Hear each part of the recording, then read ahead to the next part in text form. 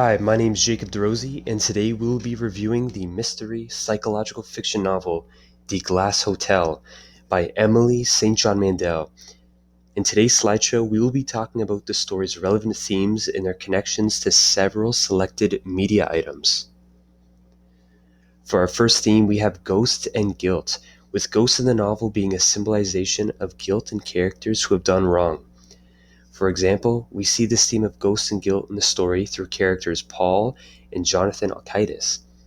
Paul seeing the ghost of Charlie Wu, a man he killed accidentally having given him ecstasy, and Jonathan seeing the ghosts of those he scammed through his Ponzi scheme. In all, these ghosts come back to haunt these characters to remind them of the guilt and remorse that they feel. When looking at the theme of ghosts and guilt, a connection can be made to the movie Manchester by the Sea by Kenneth Lonergan. This movie relates to the idea of being so consumed by guilt that the bad things or coping habits come into play. In our story, The Glass Hotel, following the death of Charlie Wu, Paul feels responsible and falls into this consumption of guilt, ultimately leading him to become a heroin addict and user to cope with the pain brought by his guilt. Likewise, in the movie Manchester by the Sea, after having accidentally killed his own kids by starting a house fire, the protagonist, throughout the movie, punishes himself in brutal ways to cope with being so consumed by the guilt of having killed his children. Moving on to the second dominant theme of the story, we have money and its influence on relationships and fake love. In our story, Jonathan Alcides and Vincent pursue a very fake relationship, with Vincent being in it for the money and lavish lifestyle, and for Jonathan, as he needs a woman in his life to spoil and treat with all the dirty money from his Ponzi scheme. The relationship between the two characters is extremely fake and one-sided, mostly being fueled and powered by money. With this being said, Donald and Melania Trump's relationship is a prime connection to our theme. Just like Jonathan, Donald Trump is a man of money and power, and both have shady financial backgrounds. As for the Trump's relationship, not only is there an age gap between the two, similar to Jonathan and Vincent's, but it is evident Melania and Donald Trump hold a relationship of convenience, where the two use each other, similar to that of the book. Melania for the money and fame, being a trophy wife, and it's clear there is a lack of closeness between the two, similar to our story's characters, as Jonathan is always caught up in business endeavors, leaving Vincent usually feeling very lonely. For a second connection to the theme, we have the movie The Wolf of Wall Street by Martin Scorsese, which relates to the overall theme of money-fueled fake relationships. Here in this film, we have a big-time stockbroker who finds himself with many young women to please with his money and for his own pleasure. As for these women, they're in it for the money and for the money only.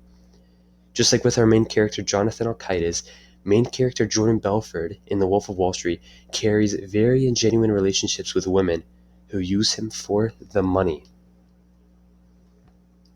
For the third and final theme, we have greed for wealth and fraud. In The Glass Hotel, character Jonathan Alcides runs a very large Ponzi scheme, running the pockets of his investors clean. For Jonathan, there is no such thing as enough as he continues to scam people of their money to fuel his lifestyle, relationship, and empire. Our first connection to this theme is a TED blog about how money affects the brain and the dangers it may have on an individual as they become more and more wealthy. Stated in the TED blog, I quote, "As a person's levels of wealth increase, their feelings of compassion and empathy go down, and their feelings of entitlement, of deservingness, and their ideology of self-interest increases." With this being said, we can relate this to Jonathan following his arrest for his Ponzi scheme. While in jail, rather than feeling accountable for what he had done, all he can think of is himself, without showing any empathy towards the people whose lives he had ruined by his scam. From the story, I quote, "There is exquisite lightness in waking each morning with the knowledge that the worst has already happened." Mandel, page 105. Evidently, Jonathan cares more about the fact he can finally relax, to an extent, knowing nothing worse could happen to him, as the worst has already come. However, shows no remorse or accountability for what he had done to countless people and investors. And for our last and final connection, we have Bernie Madoff, a man very similar to that of Jonathan, who ran the largest Ponzi scheme in history over the course of 17 years. Just like Jonathan, Bernie Madoff was a wealthy businessman who committed financial crimes driven by greed for greater wealth.